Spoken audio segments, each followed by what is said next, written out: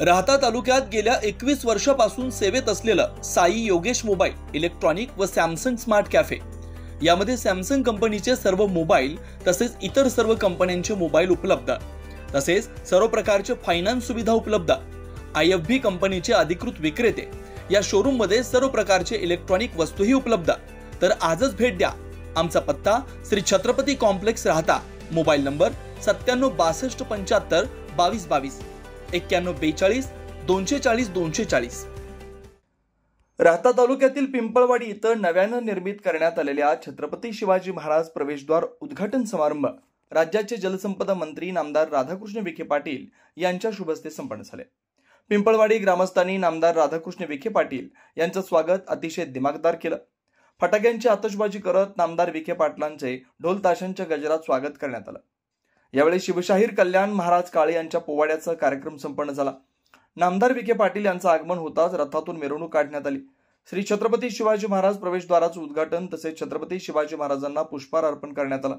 पिंपळवाडी गावातील विविध विकास कामांचं उद्घाटन समारंभ तसेच वैकुंठ रथ लोकार्पण सोहळा नामदार विखे पाटील यांच्या शुभ हस्ते संपन्न झाला।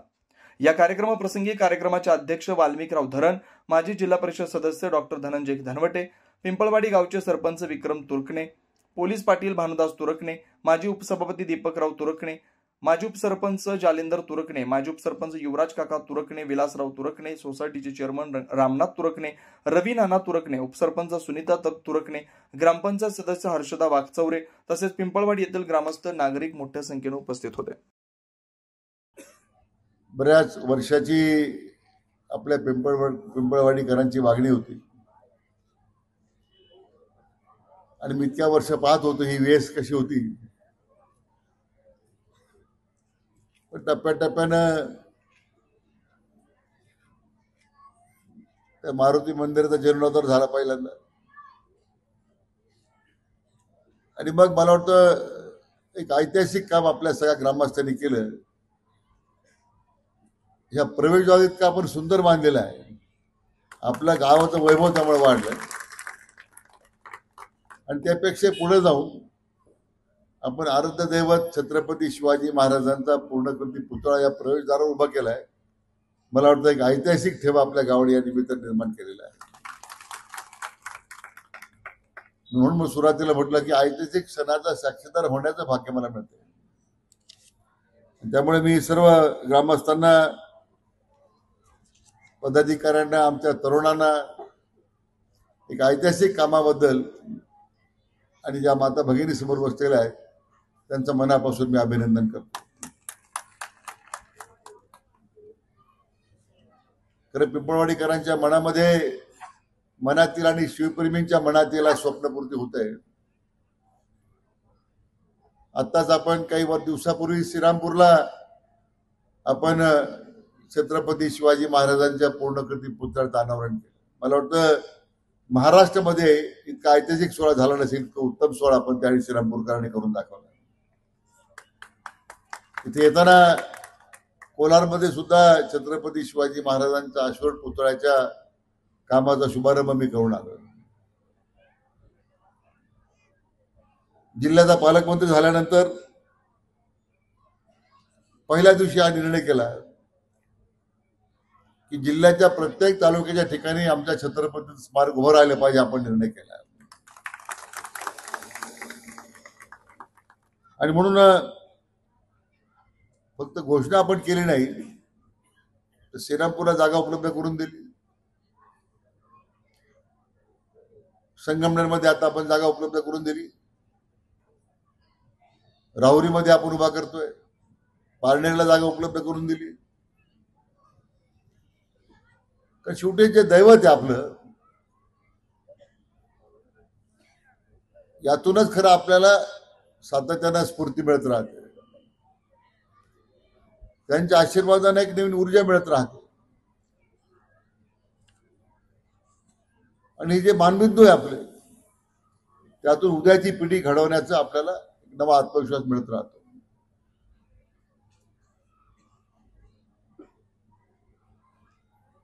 आज खरं मग इतिहासामध्ये छत्रपती शिवाजी महाराजांचं जे काम आहे, कर्तृत्व आहे, कार्य आहे,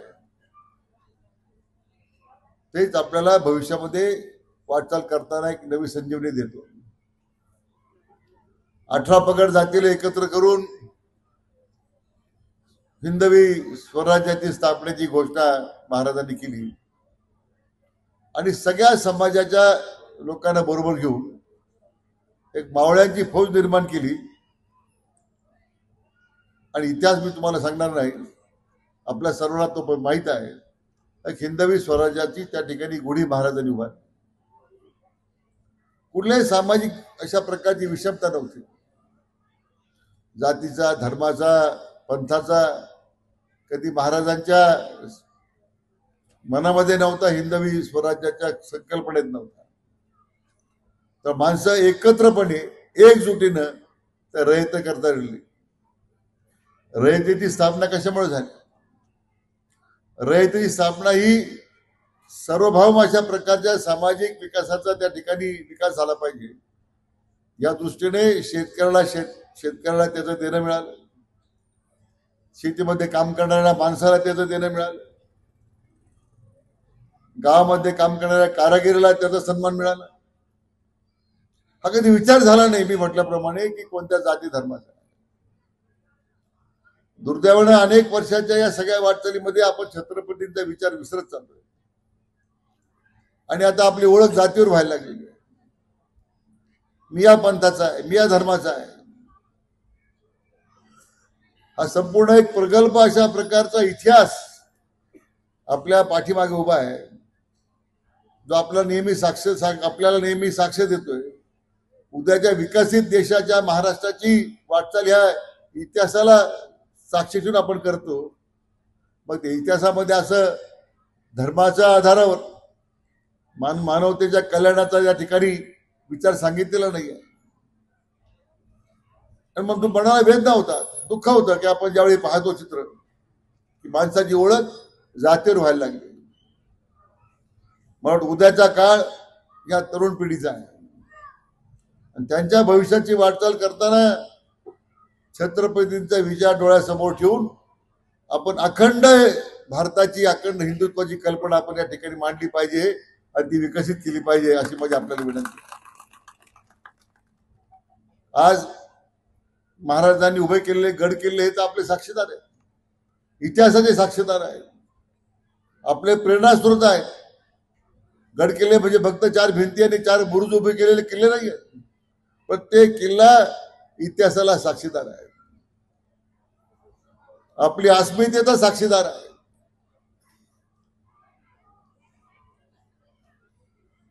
आणि म्हणून मला सांगायला अतिशय आनंद होतोय की या गड किल्ल्याचं महत्व एवढं होतं की युनेस्को ही जगातली सगळ्यात मोठी संयुक्त राष्ट्राची संघटना आहे, त्यांनी आपल्या देशाचे 12 किल्ले एक ऐतिहासिक ठेवा म्हणून जाहीर केले. जगाच्या पातळीवर आता 12 किल्ल्याचं नाव घेतलं.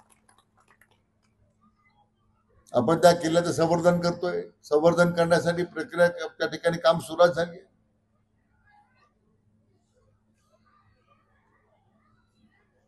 आपले विश्व नेता आदरणीय प्रधानमंत्री नरेंद्र मोदी साहेबांचं मला अभिनंदन केलं पाहिजे. तर म्हणजे छत्रपती शिवाजी महाराज हे नौदलाचे जनक होते. त्यांच्या काळामध्ये नौदलाची उभारणी झाली. ते नौदलाचा प्रमुख कोण होता?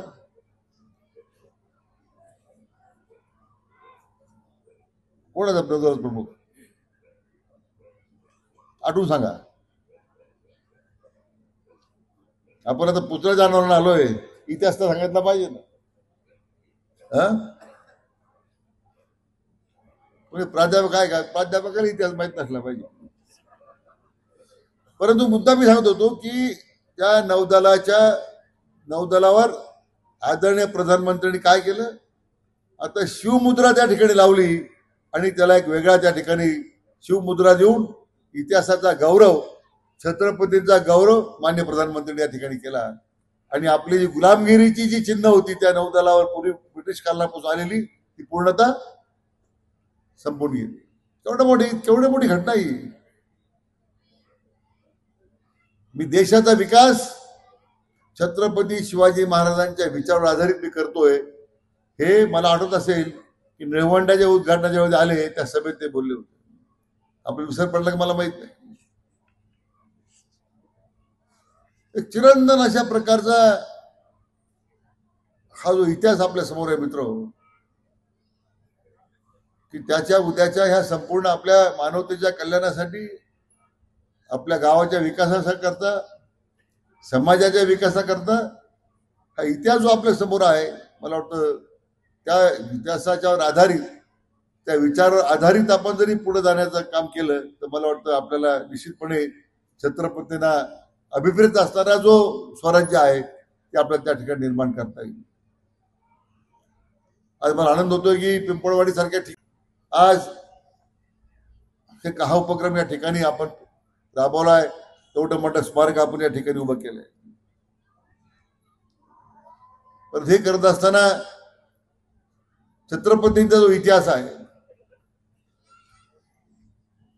जो शौर्याचा इतिहास आहे, तो केवळ पुतळा बांधून तो आपण थांबणार नाही. तो त्याला जपवणं, त्या इतिहासाची पुनरावृत्ती करणं आणि ते इतिहास जपला जावा, त्याचा सन्मान व्हावा, अशी कृती आपल्या दैनंदिन जीवनात सुद्धा आपण करण्याची आवश्यकता आहे. आज सर्वदूर अशा प्रकारच्या छत्रपतींचे स्मारक उभे राहत आहे, पुतळे उभे राहत आहे, धर्मवीर संभाजी महाराजांचे स्मारक उभे राहत आहे. आणि मला खात्री आहे की आपण सगळ्या जनता जनार्दन इतिहासाला साक्षीदार ठेवून आपल्या भविष्याचा वेध घेतल्याशिवाय राहणार नाही. येणाऱ्या पिढी घडवण्याचं काम आपल्याला आपण त्या ठिकाणी केल्याशिवाय राहणार नाही, असा संकल्प आज या पुतळ्याच्या अनावरणाच्या निमित्तानं आपण करूया. पिंपळवाडीमध्ये येत असताना अनेक विकासात्मक कामाचा आज आपण शुभारंभ केला. अनेक वर्षाची पाणीपुरवठा योजना आपली बंद पडली होती, चालू झाली.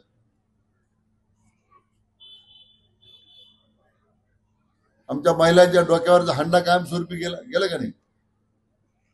नाही गेला अजून, हो का नाही? हात वर करून सांगा बरं गेला म्हणून. सरपंच म्हणतात 24 तास पाणी, म्हणून तुम्हाला विचारतो मी. एक चांगली योजना आपण तयार केली. आपल्या आशीर्वादानं महसूल मंत्री झालो त्यावेळी 10 एकर जमीन आपल्या गावाला विनामूल्य दिली.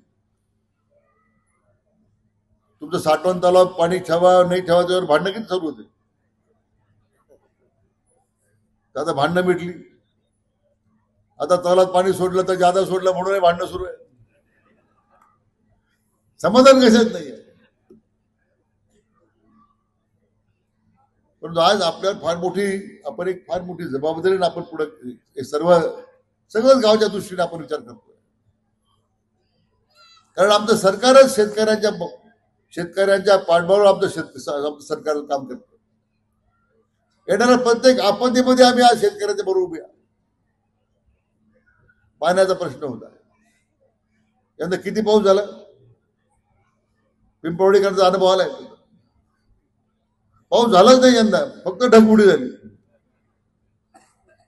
पण सगळ्या ठिकाणी झालेल्या शेतकऱ्याचं नुकसान असेल. आज आपल्या सरकारमध्ये मी आताच आकडेवारी पाहत होतो की आपल्या पुंतंबा गटाकरता जी काय अनुदान आपण दिलं नैसर्गिक आपत्तीमध्ये, पिंपळवाडीमध्ये 510 शेतकऱ्यांच्या खात्यामध्ये 53,72,000 रुपये तुमच्या खात्यात जमा झाले का नाही? आणि रबीचं अनुदान जे तुमच्या खात्यामध्ये जमा झालं ते 510 शेतकऱ्यांच्या खात्यामध्ये 51,18,000 रुपये जमा झाले. आता काही आपत असेल, काही शेतकरी राहिले असतील. आज आपल्या तालुक्याला 45 कोटी रुपये मिळाले. एकट्या पुंतंबा गटाला 8 कोटी रुपये, जिल्ह्याला 1400 कोटी आहे. 32,000 कोटीचं पॅकेज दिलं. यापूर्वी असं कधी महाराष्ट्राने पाहिलं नाही. प्रचंड असं काम आपण आज या आपत्तीत सापडणाऱ्या शेतकऱ्यांच्या करता आपण करण्याचा काम निर्णय केला. आणि मला निश्चितपणे आदरणीय प्रधानमंत्री नरेंद्र मोदी साहेबांचं अभिनंदन केलं पाहिजे. आपल्या देशाचे कणकर गृहमंत्री मान्य अमित भाईंचं अभिनंदन केलं पाहिजे. आणि दोघांच्या मार्गदर्शनाखाली आज राज्याचे लोकप्रिय मुख्यमंत्री मान्य देवेंद्रजी फडणवीस ज्या पद्धतीने काम करतायत, मान्य उपमुख्यमंत्री एकनाथराव शिंदे काम करतायत, उपमुख्यमंत्री अजितदादा काम करतायत, त्याचा परिणाम आज हे सरकार शेतकऱ्याच्या मागे खंबीरपणे उभा आहे. ही नुसती घोषणा नाही, प्रत्यक्ष तुमच्या खात्यामध्ये पैसे जमा झाले. पुष्कळ आपल्याला काम पुढे करायचं आहे. आज औद्योगिक विकास करण्याचा आपण या राज्यामध्ये एक मोठा निर्णय केला. शिर्डी शेजारी 500 एकर जमीन आपण MIDCची विनामूल्य दिली. तिथे किती मोठ्या कारखान्याचं काम चाललंय, घेऊन जाऊन पाहिलं की नाही? तो रस्ता मोठा होतोय.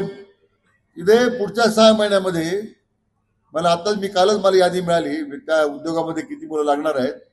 1200 मुलांना रोजगार मिळणार आहे. 1200 त्या उद्योगामध्ये, एका उद्योगात. नाही तर आपलं काय आलो गावात मला अर्ध राहत साईबाबा संस्थानला घ्या, साईबाबा संस्थानला घ्या. ते संस्थांच्या मर्यादा आहे. पण आज नवीन या MIDC मध्ये हे जे उद्योग उभे राहतात, आपल्याच मुलाचा उद्योग येतो गणेश राणीबेनचा, कोलारचा मुलगा आहे. आज 2000 कोटी रुपये गुंतवतोय, 1500 मुलं नोकऱ्या देतोय. आणखीन त्या ठिकाणी नवीन नवीन उद्योगाची मागणी आहे. संरक्षण उत्पादन करण्यासाठी आपल्या जिल्ह्यामध्ये मोठी मागणी आहे. नगरमध्ये 600 एकर जमीन आता त्याला दिली. आता 2000 एकर जमीन KK रेंजेसची आपण त्या सुप्याजवळ आणखीन त्यांनी मागणी केलेली आहे. म्हणजे पुढच्या काळामध्ये रोजगाराची चिंता नाही, फक्त आपली जागी तयारी पाहिजे. शिर्डीमध्ये साईबाबांच्या नावाने आपण थीम पार्क उभा करतोय. आज शिर्डी विमानतळाला 700 कोटी रुपये दिलेत पुढच्या 2 वर्षामध्ये, कारण तो आंतरराष्ट्रीय विमानतळ म्हणून आपण मान्य केलेला आहे. आज शिर्डीच्या, मी आता बाबाच्या साक्षीने सांगतोय, पुढच्या 2 वर्षामध्ये कुंभमेळ्याच्या पूर्वी 27 पूर्वी तो आंतरराष्ट्रीय विमानतळ उभा राहील आणि शिर्डीहून थेट आंतरराष्ट्रीय विमानसेवा सुरू होईल हे आपल्याला सांगतो. त्यासाठी जवळजवळ 4 ते 5 हजार मुलांना रोजगार शिर्डी विमानतळावर लागणार आहे. 4 ते 5 हजार. या थीम पार्क मध्ये किती रोजगार लागणार आहे? 1 वर्ष 1.5 वर्षामध्ये या सगळ्या आमच्या प्रयत्नानं, राज्य सरकारच्या पाठिंब्यानं MIDC असेल, थीम पार्क असेल, विमानतळाचा विस्तार असेल, जवळजवळ 4 ते 5 हजार मुलांना रोजगार मिळणार आहे. याच्यापेक्षा काय आनंद असला पाहिजे? या जनता जनार्दनाने दिलेला जो आशीर्वाद आहे, मला 8 वेळा आपण मला निवडून पाठवलं आणि तुमचा विश्वास होता म्हणून मला हे काम करता आलं. हे मला या ठिकाणी निश्चितपणे आपल्या सांगण्यामध्ये कुठला संकोच वाटत नाही. आणि भविष्यकाळात तेच आपल्याला सगळ्यांनी मिळून काम करायचं आहे. विकासाची दिशा स्पष्ट आहे. कोणत्या बाजूला, कोणत्या दिशेला आपल्याला जायचं ती आपली भूमिका आपण निश्चित केलेली आहे. त्या दिशामध्ये ती दिशा पण बदलली, ती सर्वसामान्य माणसाच्या विकासाकरता आहे. उद्याच्या तरुणांना रोजगार निर्माण करण्याकरता आहे. आमचा शेतकरी त्याला सुख समाधानी करता आला पाहिजे, ती दिशा आमची ठरलेली आहे आणि ते काम आपण निश्चितपणे करूया. आज पिंपळवाडीच्या करता जाता जाता फक्त एकच मुद्दा राहून गेला होता. गोदावरी कालव्यातून तुमची 13-14 नंबरची काही चारी चालते. कधी पाणी येत नाही, कधी पाणी येतंय. आता गोदावरी कालव्यालाच 400 कोटी रुपये दिलेत आणि तुमच्या सगळ्या चाऱ्या पुढच्या 1 वर्षामध्ये रुंद होऊन थेट पाणी द्यायची व्यवस्था आपण करतोय. त्याला पैसे सुद्धा देऊ केले आपण. आता चिंता नाही आहे. तुमच्या आशीर्वादाने जलसंपदा महसूल मंत्री झालो, 10 एकर जमीन दिली वॉटर सप्लाय. आता जलसंपदा मंत्री झालो, तुमच्या चाऱ्यांना थेट पाणी येण्यासाठी पैसे दिले. त्याला पाईपलाईन मंजूर केली आपण. एस्केप आपण त्या ठिकाणी सुरू करतो. आता मी येताना पहिले खोडक्याचा ओढा अजून वाहतो, पाझरतोड अजून वाहतो. यंदा काही पाणी चिंता नाही. जायकवाडी भरलेले, वरचे धरणं भरलेले आहेत. मी सांगतो, मी जलसंपदा मंत्री असेपर्यंत आता तुम्हाला कधी पाणी चिंता भासणार नाही, हे मी तुम्हाला खात्रीने सांगतो. लोक मला विचारतात, हे कसं तुम्ही शक्य, असं कसं बोलता? शक्य आहे. कशामुळं? मला त्याला पायगुण लागतो.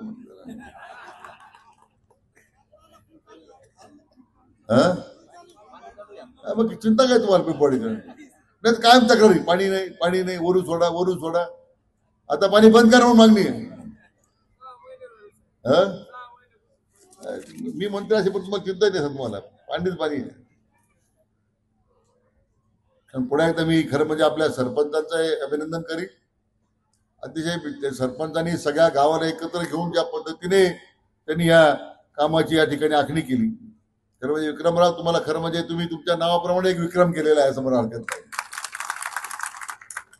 आणि आज जनता जनार्दन जी उपस्थित आहे, साक्षीदार आहेत की तुम्ही ज्या पद्धतीने या गावाच्या विकासाकरता सगळ्यांना एकत्र घेऊन, बरोबर घेऊन तुम्ही जे कामाची मालिका उभी केलेली आहे, मला मनापासून तुम्हाला खरं तुमचं अभिनंदन केलं पाहिजे, तुमच्या सहकार्याचं अभिनंदन केलं पाहिजे. पुन्हा एकदा मनापासून सगळ्यांना अतिशय उत्कृष्ट कार्यक्रमाबद्दल मनापासून शुभेच्छा व्यक्त करतो. थांबतो. जय हिंद. राहता शहरात प्रथमच स्वतंत्र पाण्याची व्यवस्था देणारा एकमेव 15 एकर भव्य NA प्रकल्प. NA प्लॉट्स खरेदी सुरू. मोजकेच प्लॉट शिल्लक. तसेच कर्ज सुविधाही उपलब्ध. प्लॉटची वैशिष्ट्ये: अंतर्गत 50 फूट व 30 फूट रस्ते, street light, garden, jogging track, आकर्षक लँडस्केपिंग, स्वतंत्र ड्रेनेज लाईन, सर्व सुखसोयी, नयनरम्य परिसर. मग आजच प्लॉट बुक करा. 9623 89 91 91, 9623 65 91 91. साईट पत्ता: Nagar Manmad road, hotel red chilli समोर, राहता, जिल्हा अहिल्यानगर.